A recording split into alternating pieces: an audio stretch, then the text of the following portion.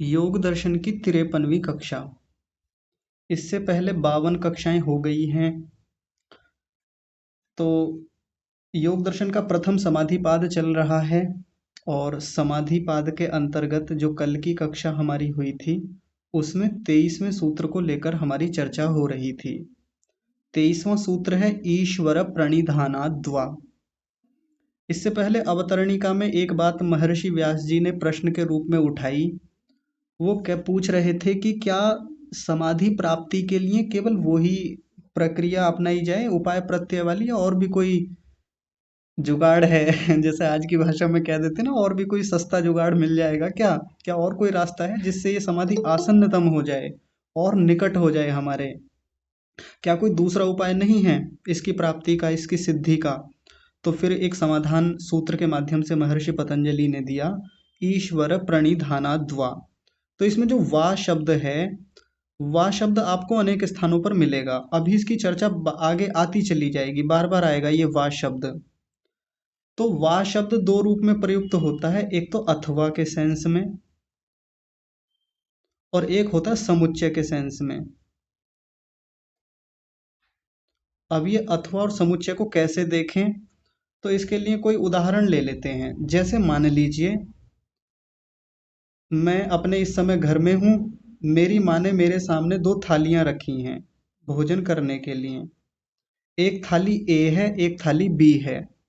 अब उन्होंने मुझसे कहा कि भोजन कर लो, और भोजन करने के लिए मैंने माँ से कहा, मैंने कहा माँ कौन सी थाली लूँ इसमें से? तो उन्होंने कहा या तो ए ले लो या बी ले लो, कोई सी भी थाली ले लो, पहली वाली उठा लो या दूसरी उठा लो। तो अथवा कह के कहा, यानी चॉइस दी मुझको, ऑप्शन दिया। वैकल्पिक रूप में मुझसे कहा कि चाहे तो ये वाली ले लो ए थाली, चाहे बी नाम की थाली ले लो। ये होता है ऑप्शनल के रूप में, अथवा के रूप में। इसको कहा जाता है वैकल्पिक। अब मेरी इच्छा है या तो मैं ए ले लूं या बी ले लूं, दोनों में भोजन ही है और दोनों में अच्छा भोजन है, कोई सी भी ले सकता हूँ। लेकिन एक होता है समुच्चय के रूप में। वा का प्रयोग समुच्चय के रूप में होता है। उन्होंने कहा कि ए थाली ले लो व बी थाली ले लो, यानी उन्होंने दोनों के लिए कह दिया। समुच्चय का मतलब दोनों को मिला देना, संयुक्त कर देना, पूरा सेट बना देना उसका एक। अंग्रेजी में समुच्चय के लिए शब्द आता है सेट। जो लोग गणित पढ़ते रहे हैं उनको ये समझ में आ जाएगा, वहाँ पर एक सेट के नाम से एक पूरा कंसेप्ट होता था, समुच्चय पढ़ते थे। तो ए प्लस बी, जब हम इन दोनों को जोड़ेंगे तो वो जो सेट बनेगा दोनों का संयुक्त रूप में, उसको बोला जाता है समुच्चय। अगर एक थाली और होती उसको भी इसमें जोड़ देते, मान लीजिए सी नाम की थाली होती तो भी समुच्चय के रूप में। अब मुझको तीनों थालियां खानी पड़ेंगी, तीनों थालियां लेनी होंगी। खाऊं ना खाऊं वो अलग बात है, लेकिन उन्होंने मेरे लिए तीनों को रख दिया। वाह का मतलब यहाँ भी होता है, और वाह का मतलब कई जगह ऑप्शनल के रूप में भी होता है, अथवा के रूप में। ए ले लो, बी ले लो, सी ले लो, कोई सी भी थाली उठा लो, जो मर्जी हो। अब आते हैं अपने विषय पर, जो विषय है हमारा। पीछे उन्होंने खुद कहा यहाँ पर भूमिका में कि कोई और उपाय है या नहीं है, तो इन्होंने ये कहा कि हाँ ये भी एक उपाय है, ऑप्शनल के रूप में रखा हमारे सामने। चाहे तो आप उपाय प्रत्यय करके आइए, उपाय के द्वारा जो पीछे पूरी प्रक्रिया बताई गई, पूरा जो एक विधि विधान बताया गया कि आप या तो वैसे आ जाइए या ऐसे कर लीजिए, ईश्वर प्रणिधान कर लीजिए, तो भी आपको शीघ्र समाधि की प्राप्ति हो जाएगी। तो यहाँ अथवा जो है वो ऑप्शनल के रूप में है, एक विकल्प के रूप में दिया हुआ है हमको। चाहे तो आप उस मार्ग को अपना लीजिए, चाहे इस मार्ग को अपना लीजिए, पहुंच जाएंगे आप समाधि तक ही। लेकिन अब एक छोटी सी चर्चा अलग से आती है। कोई व्यक्ति प्रश्न कर सकता है, जी अगर कोई व्यक्ति केवल ईश्वर प्रणिधान करे, पूरा दिन ईश्वर का नाम जप करता रहता है, ईश्वर को याद करता है, स्मरण करता है, उसकी भक्ति विशेष करता है, तो क्या फिर वो उपाय प्रत्यय करने की आवश्यकता नहीं रहेगी? क्या फिर उसको वैसे उस प्रकार से यम नियम का पालन करना, आसन प्राणायाम प्रत्याहार धारणा ध्यान, ये सब अभ्यास करने की आवश्यकता नहीं है? फिर ईश्वर प्रणिधान से काम चल जाएगा? ऐसा प्रश्न किसी के मन में आ सकता है, और जो लोग गंभीरता से स्वाध्याय करते हैं उनके मन में ये प्रश्न स्वाभाविक रूप से आता ही है। तो देखिए, ये जो कथन है यहाँ इस रूप में कहा जाता है कि आपको ईश्वर प्रणिधान विशेष रूप से करना है, क्योंकि यम नियमों में भी तो ईश्वर प्रणिधान आता है। आप चाहे उपाय प्रत्यय करके जाएं, वहां भी ईश्वर प्रणिधान आपको पढ़ने को मिलेगा, वो भी लेके चलना पड़ता है। लेकिन ईश्वर प्रणिधान को यहाँ विशेष रूप से दिया है कि ईश्वर प्रणिधान यदि आप ठीक से करेंगे, पूरे फोकस के साथ करेंगे, तीव्रता के साथ करेंगे, उत्तम रीति से करेंगे इसको, इसमें भी तीव्र संवेग आपका होगा, तो समाधि और शीघ्रता से हो जाएगी। उपाय प्रत्यय में भी ईश्वर प्रणिधान किया जाता है। वहां आता है ना यम नियमों में, नियम जो होते हैं पांच, पांच नियम होते हैं ना, शौच, संतोष, तप, स्वाध्याय और ईश्वर प्रणिधान, वहां भी पालन किया जाता है। लेकिन यहाँ विकल्प रूप में एकदम अलग कर दिया ईश्वर प्रणिधान को। तो अब किसी के मन में फिर एक प्रश्न रह सकता है कि जब हम ईश्वर प्रणिधान का पालन करेंगे, इस उपाय को लेकर चलेंगे, इस तरीके को लेकर आगे बढ़ेंगे, तो क्या फिर वो यम नियमों का पालन नहीं करना पड़ेगा हमको? वो भी करना पड़ेगा। वो भी हमको सामान्य रूप से सत्य का पालन, अहिंसा का, ब्रह्मचर्य, अस्तेय, अपरिग्रह, शौच, संतोष, तप, स्वाध्याय, वो सब करना होगा हमको। लेकिन वो यदि गौण रूप से करेंगे हम, वो उसमें गति उतनी नहीं होगी तो भी चलेगा। लेकिन यदि हमारी ईश्वर प्रणिधान में श्रद्धा अधिक होगी, संवेग अधिक होगा, इसमें इसको उत्तम रीति से करेंगे, तो समाधि शीघ्रता से प्राप्त हो जाएगी। अब यहाँ पे किसी का एक प्रश्न और भी आ सकता है, जैसे एक प्रश्न और उठता है कई बार, जो लोग गंभीर रूप से पढ़ते हैं उनकी जिज्ञासा एक और बनती है कि ईश्वर ऐसे क्यों दे देगा समाधि किसी को भी? हम उसकी भक्ति कर रहे हैं, प्रतिदिन नाम जप कर रहे हैं, स्मरण रखते हैं अपने दैनिक जीवन के व्यवहारों में, अपने सभी कर्मों को परमात्मा को समर्पित करते चल रहे हैं, यही तो ईश्वर प्रणिधान होता है ना, कल जिसके बारे में चर्चा हुई थी। तो जब हम इस प्रकार से आगे बढ़ रहे हैं तो ईश्वर हमको फोकट में, फ्री में क्यों दे देगा समाधि? क्योंकि हमने तो एक चीज पढ़ रखी है कि जैसे कर्म करेंगे वैसा ही फल हमको परमात्मा देता है। तो केवल उसको नाम जप कर लेने से, केवल उसकी स्मृति बना लेने से समाधि कैसे मिल जाएगी? ये प्रश्न आ सकता है किसी का। तो उसी का समाधान यहाँ चल रहा है, आगे करके देखेंगे, इस पर और विचार करेंगे। तो एक बार फिर से देख लेते हैं क्या कह रहे हैं। महर्षि व्यास जी ने इस बात को आगे बढ़ाया और कहा कि प्रणिधानात, प्रणिधानात शब्द को खोला भक्ति विशेषात। प्रणिधान का मतलब क्या बताया? भक्ति विशेष। आवर्तिता शब्द का मतलब बताया रिझाया हुआ परमात्मा, प्रसन्न किया हुआ। जब उसकी भक्ति विशेष की जाती है तो वो रीझ जाता है हमारे ऊपर, और रीझने का मतलब कल बताया था कि हमारे अनुकूल हो जाता है, हम पर उसकी कृपा अधिक हो जाती है। सामान्य रूप से देखा भी जाता है, एक उदाहरण से समझते हैं इस बात को, कि मान लीजिए एक कक्षा में कुछ विद्यार्थी हैं, 50 विद्यार्थी हैं। अब उसमें 49 विद्यार्थी ऐसे हैं जो सामान्य हैं, औसत विद्यार्थी हैं, एवरेज स्टूडेंट हैं, सामान्य रूप से पढ़ते हैं, 60-70% अंक लेके आते हैं। लेकिन उनमें से एक विद्यार्थी ऐसा है जो बहुत बहुत मेधावी है, बहुत अच्छा है, गुरुजी की हर आज्ञा का पालन करता है, जैसा पढ़ाते हैं वैसा पढ़ता है, अनुशासन से रहता है कक्षा में, विधिवत जैसा जैसा वहाँ के रूल्स हैं उनको फॉलो करता है, अच्छे नंबर लेके आता है, 90+ वो उसके मार्क्स होते हैं हमेशा। तो अनुग्रह होगा कि नहीं होगा टीचर की ओर से उसके ऊपर? बिल्कुल होता है। टीचर कई बार ऐसा भी करता है कि उसको अपने हाथ के बने हुए नोट्स दे देता है, कई बार उसको अलग से भी एक्स्ट्रा क्लास दे देता है, अतिरिक्त समय भी दे देता है, कई बार घर के लिए भी आमंत्रण दे देता है कि आप घर पे आ जाना, घर बता देंगे। सामान्य रूप से जो कमजोर बच्चे हैं उनको नहीं देता समय, कि इनके पीछे जित कितना भी दिमाग लगा लो, ये उतना देते ही नहीं है। तो हालांकि इस उदाहरण को आप पूर्ण रूप से परमात्मा के ऊपर मत घटाइएगा, केवल इतना ही अंश लेना है जितना मैंने उदाहरण में बताया है, कि कई बार जब व्यक्ति बहुत उत्तम रीति से हमारे अनुकूल चल रहा होता है तो उस पर अनुकंपा विशेष हो ही जाती है। घरों में भी देखा जाता है, परिवार में भी देखा जाता है। कोई बालक यदि माता पिता की आज्ञा का पालन अच्छे से करता है, उनके कहे अनुसार चलता है, उनको अनुकूल बनाए रखता है, माता पिता को उनकी सेवा अच्छे से करता है, तो माता पिता का झुकाव उस ओर हो ही जाता है। कुछ ना कुछ हाथ से उसके लिए लाभ फिसल ही जाते हैं, कह देते हैं कि चलो कोई बात नहीं, ले जाओ, ये ले लो, तो चलो तुम्हें थोड़ा सा ये और एक्स्ट्रा दे देते हैं, झुकाव हो ही जाता है। और भविष्य में कभी बंटवारा होना हो, वसीयत लिखी जानी हो, तो भी झुकाव उसी की तरफ रहता है ज़्यादातर। तो मुख्य बात यहाँ पर यह है कि परमात्मा की आज्ञाओं के अनुसार जब हम चलेंगे तो वैसा परमात्मा हमारे लिए आवर्तित हो जाता है, अनुकूल हो जाता है, रीझने लगता है हमारे ऊपर। और कल एक सावधानी बताई थी, रीझने का मतलब वैसा नहीं है कि पहले हमसे खफा था, नाराज था, और अब वो हम पे प्रसन्न हो रहा है, ऐसा तात्पर्य नहीं है इसका। परमात्मा तो सभी से प्रसन्न रहता है, सभी का निश्चित मित्र है, किसी का शत्रु नहीं है, ना किसी से उदासीन रहता है। लेकिन ऐसे लोगों पर उसकी क्या होती है, ईश्वरः तम अनुगृह्णाति, उन पर वो अनुग्रह करता है। और अनुग्रह करने का मतलब क्या है, उन पर कृपा विशेष करता है, उनको समाधि शीघ्रता से प्रदान कर देता है, या बाकी जो भी लाभ उनके जीवन में होने चाहिए, जो अनुकूलताएं होनी चाहिए, वो मिल जाती हैं। और ये व्यवहारिक रूप से खूब देखने में आता है। जो अच्छे साधक लोग होते हैं, उनकी आंतरिक स्थितियां या उनके जीवन में अनुकूलताएं बहुत शानदार मिलती हैं।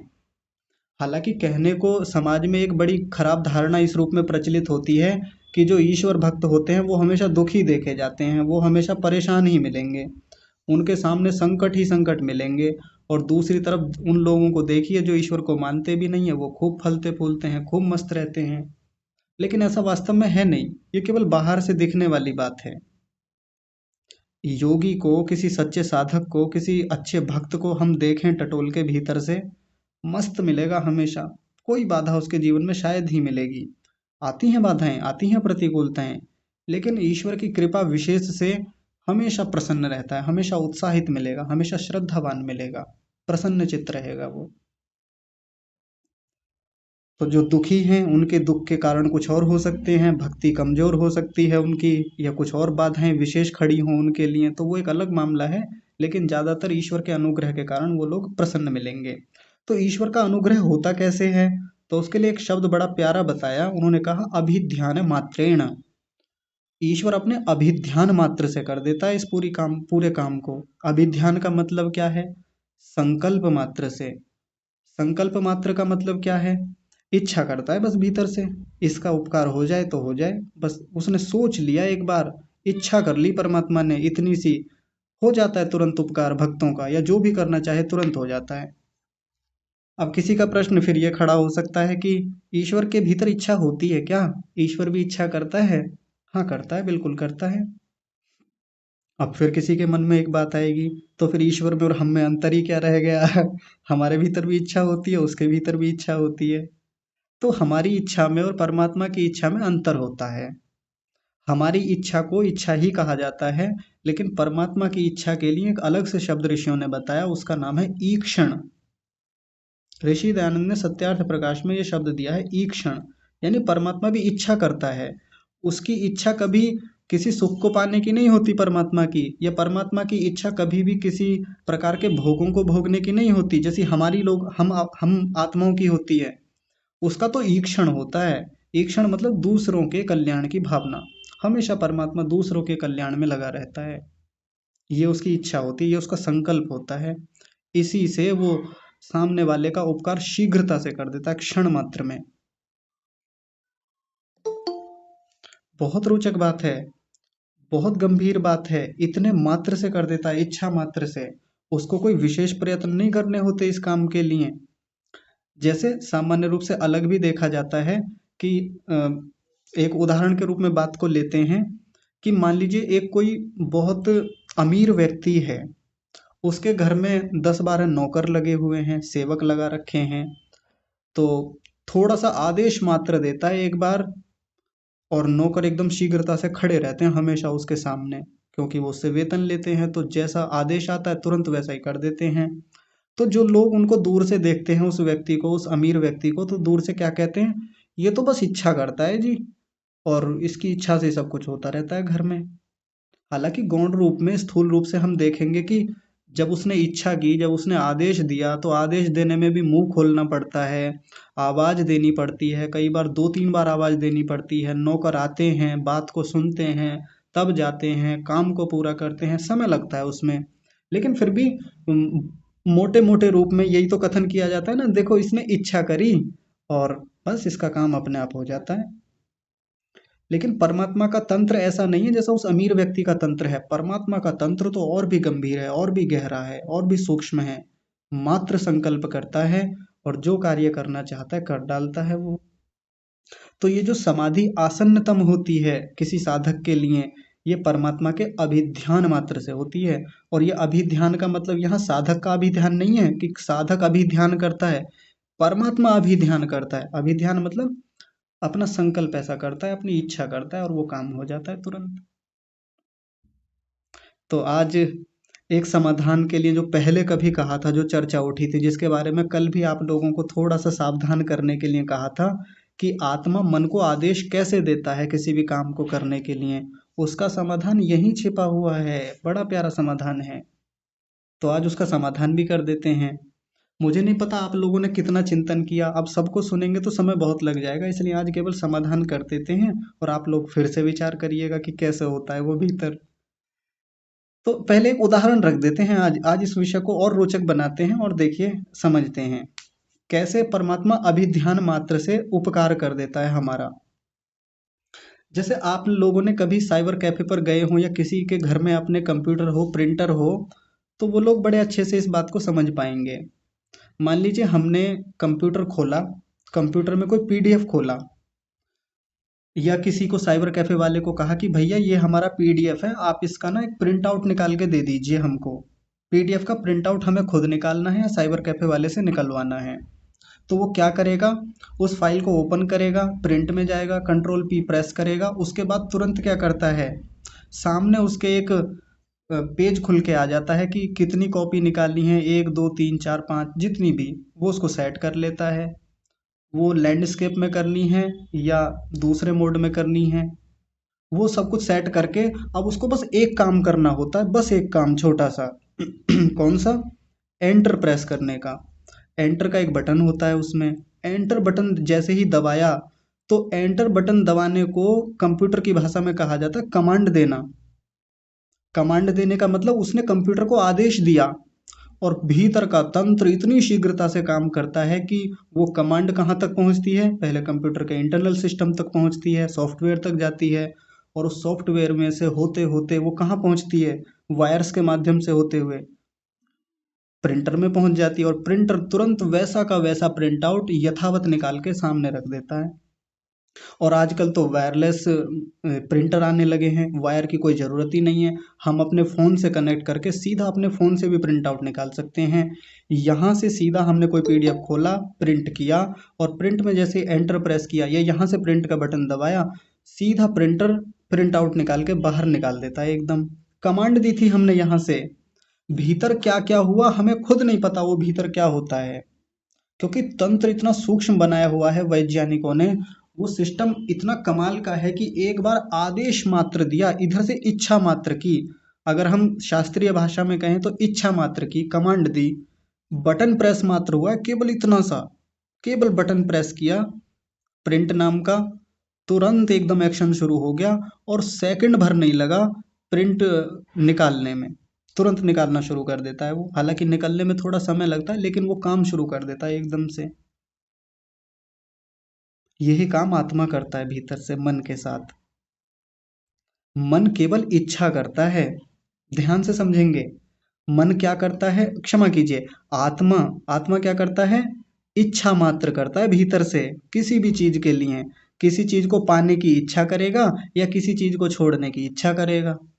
मान लीजिए सामने कोई अच्छी खाने की वस्तु रखी है, इतनी सी इच्छा मात्र करेगा कि खानी है, या खाने योग्य नहीं है तो बस इतनी सी इच्छा करेगा कि नहीं खानी है। इतनी सी इच्छा माइक्रो सेकंड्स में होती है। सुधा माता जी ने उत्तर भेजा था मुझको बोल करके, उन्होंने यही उत्तर दिया था, बड़ा सुंदर उत्तर। वो प्रोसेस इतनी बारीक है, इतनी सूक्ष्म है कि हमको खुद पता नहीं चल पाता कि हमने कब इच्छा की और कब वो आदेश, वो कब वो कमांड हमारे चित्त तक पहुंच गई। जैसे वो कंप्यूटर के या मोबाइल के सॉफ्टवेयर तक वो सिस्टम, वो कमांड पहुंच जाती है, वो आदेश पहुंच जाता है, पता भी नहीं चलता हमको, क्योंकि वो इंटरनल सिस्टम, वो तंत्र इतना शानदार है, इतना बारीक है, इतनी शीघ्रता से काम करता है कि वो कंप्यूटर के हार्डवेयर को पता ही नहीं है कि कब कब में हो गया ये काम। हार्डवेयर को नहीं पता, वैसे हमको भी पता नहीं चल पाता कि वो सब हो कब कब में जाता है। और जैसे ही ये इच्छा की, इच्छा के साथ साथ आत्मा का एक गुण और काम करता है, उसका नाम है प्रयत्न। अब ध्यान से समझेंगे, हमको लगेगा कि प्रयत्न का मतलब होता है कि कुछ करता है भीतर से, कोई कर्म करता होगा, लेकिन नहीं, प्रयत्न कर्म को नहीं कहते। ध्यान से समझिएगा सावधानी से, प्रयत्न आत्मा का गुण होता है, ना कि कर्म। ये भी गुण है, जैसे इच्छा एक गुण है, हो जाता है बस भीतर से। स्वयं से करता है आत्मा, वैसे ही प्रयत्न भी स्वयं से हो जाता है उसका। ये कर्म नहीं होता, गुण ही होता है ये भी।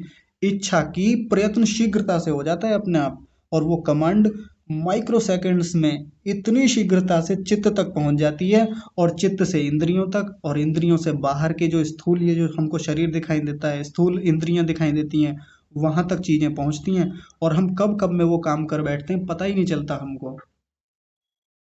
तो जो हम मोटी मोटी भाषा में कह देते हैं कि आत्मा मन को आदेश देता है, तो ये वही कमांड है जैसी कमांड हम कंप्यूटर में प्रिंटर को देते हैं, या कंप्यूटर के इंटरनल सिस्टम को देते हैं, सॉफ्टवेयर को देते हैं। पता भी नहीं चलता वो कमांड कब कब कब में पहुंच जाती है। एक बटन दबा और सीधा उधर प्रिंट निकलना शुरू हो जाता है, ये स्क्रीन पर जो भी हमको लाना हो वो आ जाता है तुरंत। पता चलता है भीतर, आपको पता चलता है भीतर क्या क्या हो गया होगा कंप्यूटर में इतनी देर में, एक बटन दबाने मात्र से? नहीं पता चलता। वैसा ही काम हमारे भीतर भी चलता है। तो ये जो बाहर का तंत्र है ना, कंप्यूटर का ले लीजिए, किसी भी मशीन का ले लीजिए, अत्याधुनिक मशीनें जो हैं, जिनमें किसी भी प्रकार से ये इंटरनेट आदि की व्यवस्था है, या किसी भी प्रकार की ये जो आज की आधुनिक व्यवस्थाएं हैं, इनसे भी सूक्ष्म व्यवस्था हमारे भीतर चलती है, आत्मा और मन के बीच, मन और इंद्रियों के बीच। ये तंत्र इतना गहराई से और इतनी सूक्ष्मता से, इतनी तीव्रता से काम करता है कि हमको पता ही नहीं चलता उसका। इच्छा मात्र से भीतर वो सब कुछ हो जाता है। अब वहां एक प्रश्न उठा था बड़ा रोचक, कई लोगों ने कहा था कि ये जब प्रयत्न आत्मा करता है, इच्छा आत्मा करता है, तो कर्तृत्व किसका बनता है, यानी कर्म किसका माना जाएगा? जो कर्म बाहर से हो जाते हैं हमसे, ये मन का माना जाएगा या आत्मा का माना जाएगा? यानी कर्म हुआ है तो फिर कर्म का फल भी मिलेगा किसी ना किसी को, उसी को कर्तृत्व बोला जाता है। भाई कर्म किया है तो फिर फल भी तो मिलना है, इसी को कर्तृत्व कहते हैं शास्त्रीय भाषा में। यदि कर्म मैंने किया है तो कर्तृत्व किसका बनेगा? मेरा ही बनेगा। कर्म यदि दूसरे ने किया है तो दूसरे का कर्तृत्व बनेगा। तो यदि इच्छा आत्मा ने की है तो कर्तृत्व भी आत्मा का ही बनेगा, ना कि मन का। अब सभी लोग सावधानी से समझेंगे कि ये जो इच्छा होती है ये मन की नहीं होती, इच्छा मन का गुण है ही नहीं, क्योंकि मन तो जड़ होता है और आत्मा चेतन होता है। और ये इच्छा गुण किसका होता है, प्रयत्न गुण किसका होता है? आत्मा का, चेतन का, ना कि जड़ का। कैसे समझें इस बात को? ऐसे समझें कि हमारे सामने मान लीजिए कोई वस्तु रखी है, मेरे सामने इस समय एक पुस्तक रखी हुई है, जड़ वस्तु है। क्या जड़ के भीतर कोई प्रयत्न होता है अपने आप से? इच्छा होती है उसकी कुछ? नहीं होती।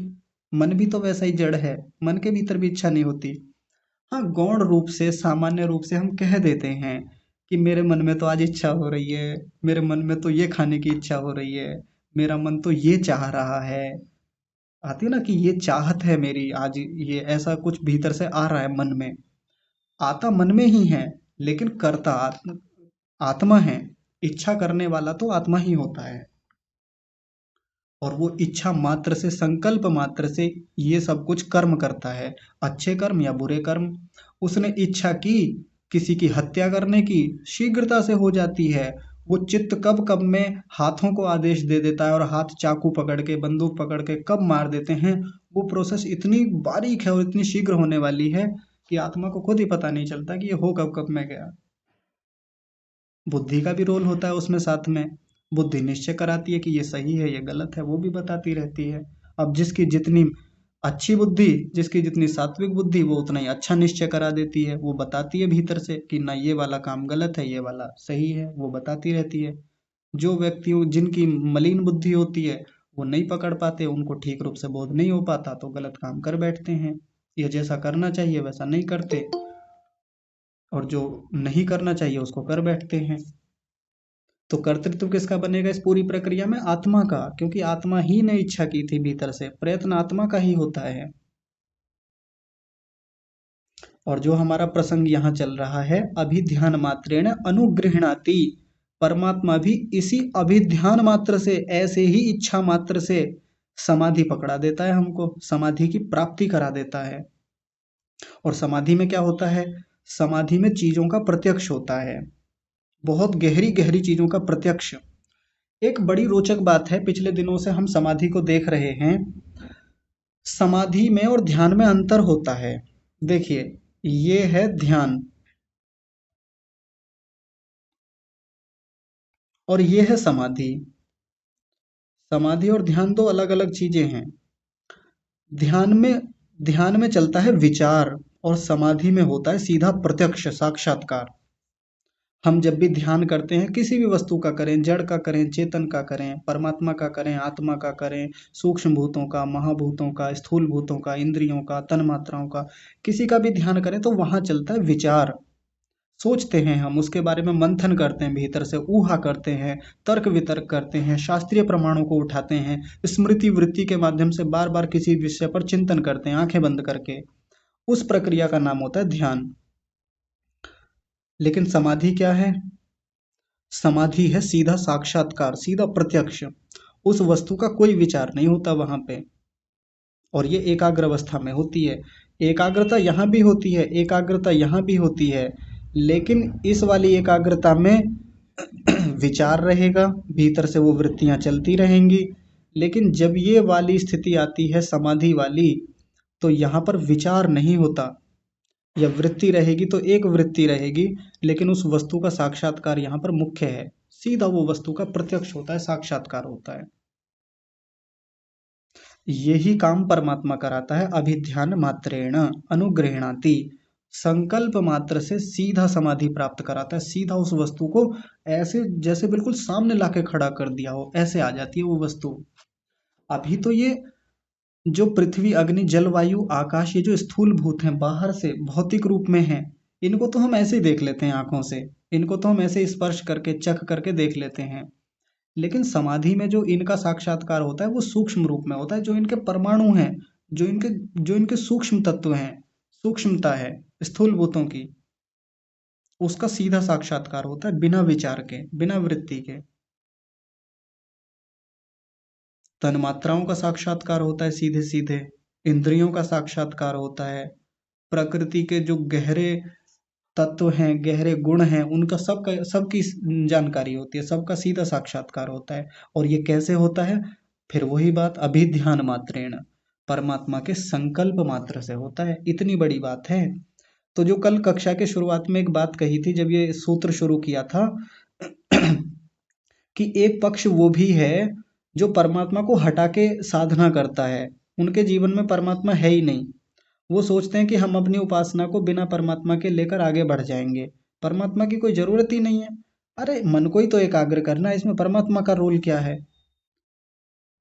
उनको तो बस इतना ही पता है ना कि केवल मन को एकाग्र करना है। लेकिन मन को एकाग्र करना ही अंतिम लक्ष्य थोड़ी है। उसमें जो और गहरी चीजें हैं वो तो परमात्मा ही कराने वाला है। जो ये साक्षात्कार होने वाला है वो तो परमात्मा के अभिध्यान मात्र से होने वाला है। ये एक बड़ा सुंदर उपाय हमको बताया। देखिए आगे की पंक्ति में कुछ बात बताते हैं और फिर उसके बाद हम और ईश्वर प्रणिधान को समझने का प्रयास करेंगे। पहले इसको देख लीजिए।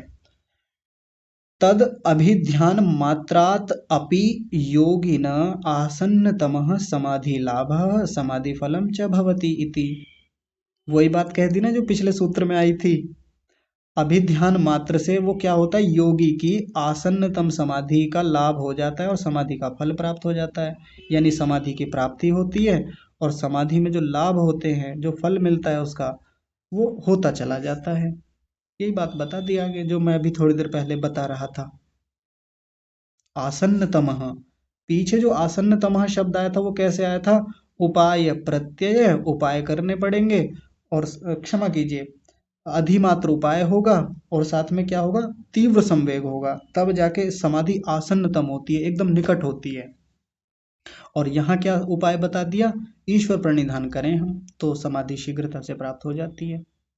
समाधि का फल, समाधि का लाभ हमको बड़ी जल्दी मिल जाता है। अब इस ईश्वर प्रणिधान को और थोड़ा सा समझने का प्रयास करेंगे, क्योंकि अभी 10 मिनट हैं हमारे पास।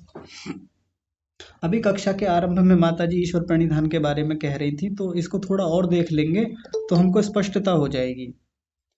क्योंकि कई बार केवल यही माना जाता है कि बस ईश्वर का जप किए जाओ सुबह से शाम तक, वही ईश्वर प्रणिधान होता है। आइए थोड़ा सा प्रयास करते हैं देखने का कि ईश्वर प्रणिधान हम अपने जीवन में अप्लाई कैसे करें, इसको जीवन में धारण कैसे करें। उदाहरण से, लौकिक जीवन के उदाहरणों से ले लेते हैं। जैसे मान लीजिए ज़्यादातर हम लोग जो हैं प्रकृति प्रेमी हैं। प्रकृति से हमारा प्रेम होता ही है, और प्रकृति से प्रेम को दर्शाने का, उसको महसूस करने का एक सबसे अच्छा तरीका जो लोग अपनाते हैं, वो अपनाते हैं कि अपने घर में फुलवारियाँ लगा लेते हैं। फूल होते हैं, या कि कई बार सब्जियाँ लगा लेते हैं, या कोई और सुंदर किसी प्रकार की जो अ, घर में अंदर लगाने वाली फुलवारियाँ हैं जिन पर अच्छे फूल आते हैं, फूल भी नहीं आते तो वो दिखने में अच्छी लगती हैं, ऐसा करके लगा लेते हैं। अब सामान्य रूप से हमारे घर में गमले रखे हुए हैं, उनमें फुलवारियाँ लग रही हैं, और ये जो समय चल रहा है, जैसे ये सरसों का इस समय समय है, तो खेतों में भी बहार आई हुई है, बहुत अच्छे प्यारे फूल दिखते हैं। तो एक व्यक्ति मान लीजिए सरसों के खेत में खड़ा हुआ है, या जो शहर में रहते हैं वो अपनी किसी क्यारी में, जो उन्होंने या गमले लगा रखे हैं, बागवानी कर रखी है, वहां खड़े हुए हैं, बस ताके जा रहे हैं, देखे जा रहे हैं उधर एक टक दृष्टि से, एक एक वस्तु पर विचार कर रहे हैं। साथ में परमात्मा का भी ध्यान चल रहा है। कैसे? कि हे प्रभु, आपने कितनी सुंदर रचना की है, कितनी उत्तम रीति से इन सब वस्तुओं का निर्माण किया है, कितने सारे आपने इनमें रंग भर दिए हैं। इन सब का रॉ मटेरियल देखें तो वही है मूल प्रकृति, उन्हीं से सबको बनाया।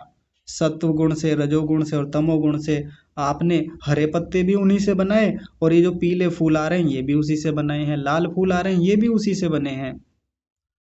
अलग अलग भांति भांति के रंग, रंगों में विभिन्न प्रकार की शेड बनी हुई हैं, अलग अलग आकृतियां, विभिन्न प्रकार की कटिंग बना रखी है उसमें, कितनी सुंदर सुंदर शेप्स बनाई हुई हैं, कितनी उत्तम रीति से आप बनाते हैं। आपका विज्ञान, आपकी सर्वशक्तिमत्ता, आपके भीतर की शक्ति कितनी अद्भुत है, कितनी व्यापक है। ये ईश्वर प्रणिधान का हिस्सा है। ऐसे हम अपने ईश्वर प्रणिधान को पुष्ट कर सकते हैं, मजबूत कर सकते हैं। परमात्मा हमारे इस प्रकार के व्यवहारों में नियमित जुड़ा रह सकता है। व्यक्ति और बारीकी से देखता है, वहीं उसने मिर्च के पौधे लगा रखे हैं, साथ में टमाटर का भी लगा हुआ है, एक भेद करके देखता है दोनों में। ये ही इसी मिट्टी से तो मिर्च पैदा हो रही है जो चरपरी है, तीखी है, और उसी से टमाटर भी है जो कुछ खट्टा है, कुछ मीठा जैसा है। टमाटर का रंग लाल है और मिर्च का रंग हरा है। कितनी अद्भुत चीज है, कितनी इनमें वैरायटीज हैं, कितनी विभिन्नताएं हैं, कितनी समानताएं भी बना दी आपने। और उसी मिट्टी से उस मिट्टी को चाट करके देखें, चख करके देखें, कोई स्वाद नहीं है मिट्टी में, होता ही नहीं है कोई स्वाद, लेकिन सारे स्वाद वहीं से पैदा हो रहे हैं, उसी मिट्टी से ही। बड़ा कमाल का आपका ये निर्माण की प्रक्रिया है जो आपने बनाई है। अद्भुत सृष्टि आप बना रहे हैं, एक एक छोटी से छोटी चीज को देख करके। अभी थोड़े दिन पहले जो पत्ता इतना सुंदर दिखता था, हरे रंग का दिखता था, अब मुरझाने लगा है। अब धीरे धीरे वो प्रलय को प्राप्त होता जा रहा है, धीरे धीरे नष्ट होता चला जा रहा है। हमारा जीवन भी ऐसे ही हो रहा है धीरे धीरे। कुछ दिन समय पहले तक जो हम इतने हष्ट पुष्ट दिखते थे, इतने तंदुरुस्त दिखते थे, सुंदर दिखते थे, हमारी भी त्वचा अब ढीली पड़ने लगी है, हम भी अब धीरे धीरे वृद्धावस्था की ओर बढ़ रहे हैं। प्रभु, आपकी कैसी उत्तम सृष्टि है जो निरंतर बोध कराती रहती है हमको कि ये जगत स्थायी नहीं है, हमेशा रहने वाला नहीं है, एक ना एक दिन समाप्त हो जाएगा। जैसे ये इस पेड़ के पौधे, इस पेड़ की पत्ती, क्षमा कीजिए, इस पेड़ की पत्तियां, इस पेड़ पर लगने वाले फल या इस पर लगने वाले फूल निरंतर अब टूट रहे हैं, गिर रहे हैं।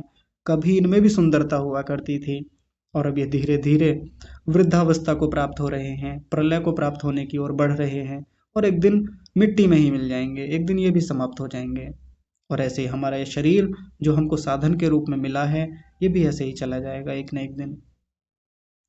कुल मिला के केवल व्यक्ति अपनी बागवानी में, अपनी जो उसने फुलवारी लगा रखी है, अपना छोटा सा बगीचा बनाया है घर में, या खेत में कोई व्यक्ति घूम रहा है, किसी पार्क में बैठा हुआ है, वहां बैठे बैठे, काम करते करते, जॉगिंग करते हुए, टहलते हुए, आसन व्यायाम करते हुए, ध्यान करते हुए, इन सब चीजों पर खूब विचार कर सकता है, ईश्वर प्रणिधान खूब अच्छे से बना सकता है अपना।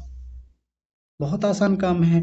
इसके लिए कोई स्पेशल एफर्ट लगाने की कोई आवश्यकता नहीं है कि इसके लिए जी बैठना पड़ेगा, इसके लिए कोई अलग से ध्यान करना पड़ेगा, इसके लिए प्राणायाम करने पड़ेंगे, इसके लिए प्रत्याहार का एक दीर्घकालीन अभ्यास चलेगा, धारणा करनी पड़ेगी, एक अच्छे योग्य गुरु की आवश्यकता पड़ेगी, ऐसा करना पड़ेगा, वैसा करना पड़ेगा। ऐसा कुछ होता है इसमें? ईश्वर प्रणिधान में ऐसा कुछ भी नहीं है। आराम से हम प्रकृति की वस्तुओं को देख करके खूब चिंतन कर सकते हैं चीजों का। परमात्मा को हर वस्तु में देखें। कैसे देखें? इसी उदाहरण को और थोड़ा बढ़ा लेते हैं कि जब मैं किसी वस्तु की रचना करता हूँ, मैं कोई पेंटिंग बनाता हूँ, या मैं किसी प्रकार से आजकल जो आर्टिफिशियल गमले बनते हैं, आर्टिफिशियल पौधे बना लेते हैं, उन सबको बनाने में तो मुझको हाथों की आवश्यकता पड़ती है, रंगों की, ब्रश की आवश्यकता पड़ती है, या बाहर से किसी हार्डवेयर की जरूरत पड़ती है। ये प्लास्टिक चाहिए, ये लोहा चाहिए, ये रंग चाहिए, जो भी चाहिए वो बाहर से अलग वस्तु में मुझको चाहिए भौतिक रूप में। मुझको बनाने में मैं कितना प्रयास कर लूं, लेकिन उस बिल्कुल वास्तविकता के जैसा तो मैं बना ही नहीं सकता। लेकिन हे प्रभु, आप इन सब व्यवस्थाओं में उपस्थित रहते हुए भी, सब में सूक्ष्म रूप में विद्यमान रहते हुए भी निरंतर इस सृष्टि का न केवल संचालन कर रहे हैं, बल्कि निरंतर निर्माण भी चल रहा है और प्रलय भी चल रही है। कितनी बारीकी से ये सब व्यवस्थाएं हो रही हैं। जिन लोगों ने विज्ञान को ठीक से पढ़ा है, या मान लीजिए जैसे किसी ने बायोलॉजी ठीक से पढ़ा है, भौतिक विज्ञान को, रसायन विज्ञान को थोड़ा अच्छे से या मोटा मोटा भी पढ़ा है, तो वो बारीकी से जाके और भीतर से देखेंगे चीजों को। जैसे एक दिन एक पोस्ट डाली थी समूहों में कि एक, मान लीजिए एक पेड़, एक पौधा हमारे सामने है, उस पौधे के भीतर जो तना है, उस तने के भी भीतर छोटी छोटी केश नलिकाएं होती हैं, छोटी छोटी केश नलिकाएं। केश नली का मतलब होता है नन्ही नन्ही नलियां होती हैं उसके भीतर, हर पौधे में होती हैं, हर तने में होती हैं।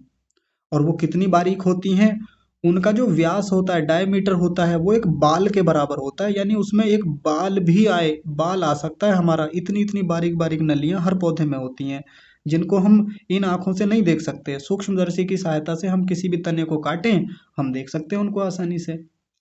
और उन्हीं सूक्ष्म केश नलियों में वो भोजन, वो पोषक तत्व ऊतकों के माध्यम से ऊपर जाता रहता है। हमने तो बस पानी दिया था, हमने तो केवल खाद दिया था भूमि में, हमने रंग तो डाले ही नहीं थे। या हम रंग डालते हैं कभी नीचे भूमि में? नहीं डाले थे। लेकिन उन सूक्ष्म रूप से केश नलियों में जल ऊपर की ओर चढ़ता चला जाता है। हमने तो बस भूमि में डाला था, हमने ऊपर से थोड़ी पानी डाला था, पत्तियों के ऊपर की पत्तियों से पौधे ने पानी ग्रहण किया हो? नहीं करती। वहां से तो सूर्य का प्रकाश लेकर के प्रकाश संश्लेषण की क्रिया से भोजन बनाती हैं वो अपना। कितनी सुंदर व्यवस्था है, और ये सब परमात्मा के होने से हो रहा है, परमात्मा की उपस्थिति है, और ये सब चलता रहता है अपने आप से। कितनी बारीक व्यवस्था है, कितनी सूक्ष्म व्यवस्था है। अब ये तो जिसने जितना बायोलॉजी को पढ़ा है, केमिस्ट्री को पढ़ा है, फिजिक्स को पढ़ा है, या बाकी विज्ञान को, भूगर्भ विद्या को पढ़ा है, किसी ने और भूगोल विद्या पढ़ी है, तो और अच्छे से देख सकते हैं इन चीज़ों को, और मजा आता है देखने में। जिसका जितना गहरा ज्ञान, जितनी बाहर की चीजों को जिसने अच्छे से समझा है, वो ईश्वर प्रणिधान को उतना ही गहराई से देख पाता है, बढ़िया से। ये तो भी एक उदाहरण रखा है फुलवारियों का केवल। फुलवारियों में भी और हजारों चीजें देखी जा सकती हैं, उनमें और गहराई से परमात्मा को और टटोला जा सकता है, परमात्मा की और गहरी व्यवस्थाओं को देखा जा सकता है कि कैसे एक एक चीज पर वो काम करता रहता है।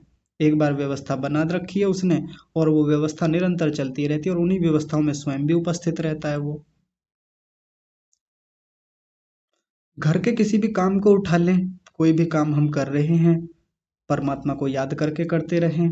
हे प्रभु, आपकी कृपा से ये सब व्यवस्थाएं मिल रही हैं, शरीर में बल मिल रहा है, इतनी सुंदर इंद्रियां मिली हैं मुझको, इतनी अच्छी बुद्धि प्राप्त हुई है, मन इतना प्यारा बना के दिया आपने। संसार की सबसे मूल्यवान वस्तु ये चित्त बना के दी मुझको। इसी चित्त के माध्यम से मैं निरंतर अच्छे काम कर पा रहा हूँ, अपने जीवन का अच्छे से संचालन कर पा रहा हूँ, वस्तुओं को जान लेता हूँ, पढ़ लेता हूँ, समझ लेता हूँ, दुखों को दूर करता रहता हूँ, सुखों को प्राप्त करता रहता हूँ।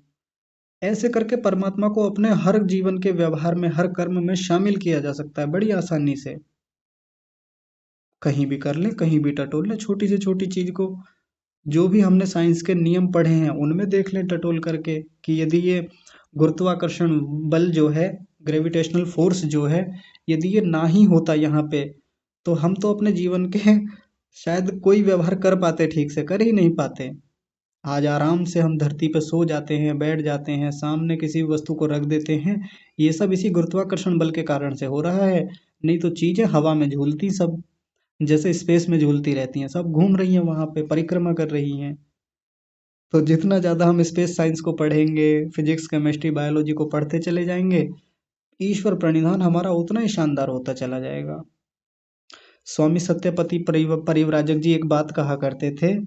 वो कहते थे कि आप लोग जो है ना, जो साधना कर रहे हैं, गुरुकुलों में रहते हैं, आश्रमों में रहते हैं, आप लोगों की स्थितियां बहुत समय लगता है बनने में, साधना में, एकाग्रता में, चीज़ों को समझने में, ईश्वर प्रणिधान में, साक्षात्कार में।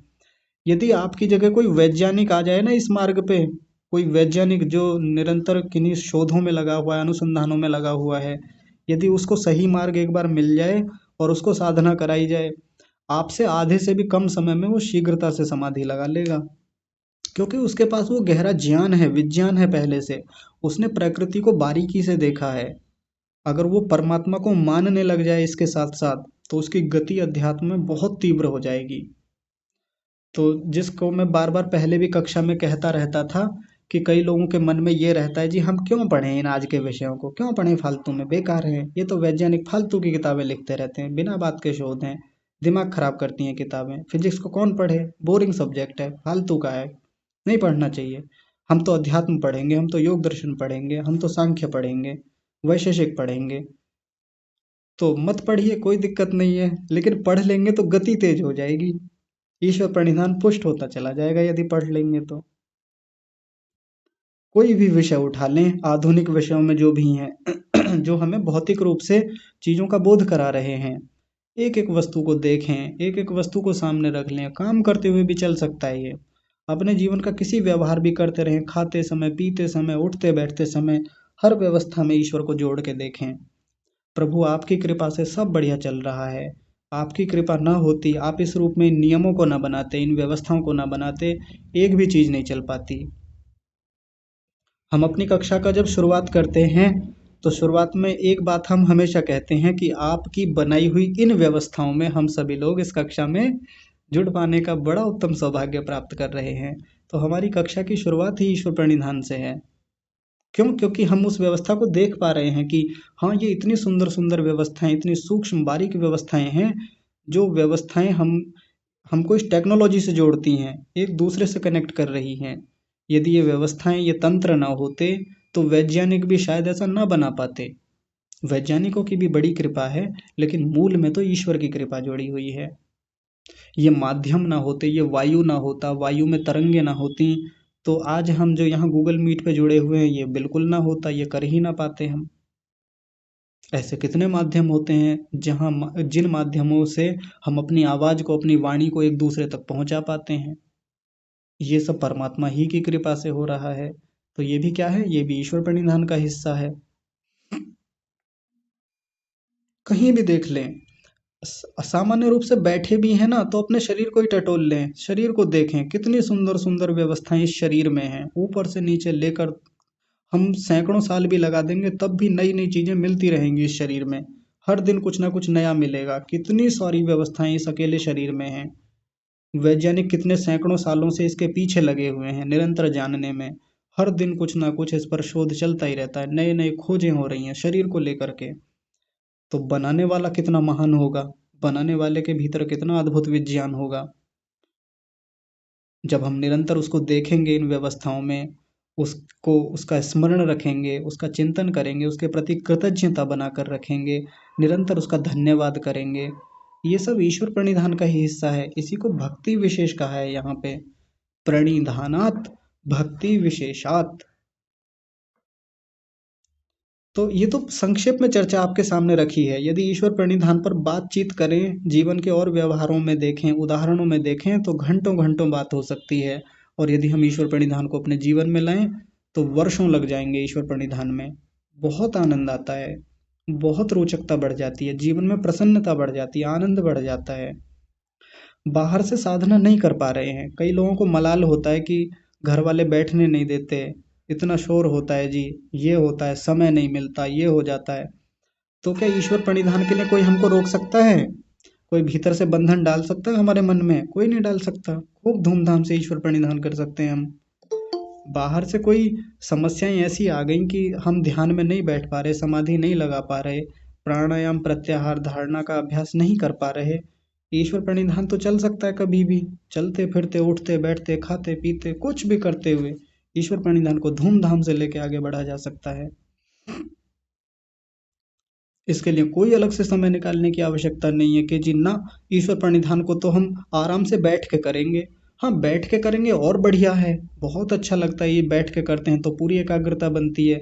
लेकिन हाँ, जिस समय बहुत एकाग्रता कहीं किसी काम में नहीं लग रही है, मान लीजिए हम पढ़ने बैठे हैं, अब पढ़ने बैठते समय तो ईश्वर प्रणिधान करना मुश्किल हो जाएगा हमारे लिए, क्योंकि पढ़ाई के समय पढ़ाई पर ज़्यादा ध्यान रहेगा तो वो अच्छे से चल पाएगा। कोई और गहरा काम कर रहे हैं, गहरा शोध कर रहे हैं, गहरे ध्यान की आवश्यकता कहीं चल रही है किसी काम में, ड्राइव कर रहे हैं, उस समय ईश्वर प्रणिधान करेंगे तो नुकसान हो जाएगा, हानि हो सकती है।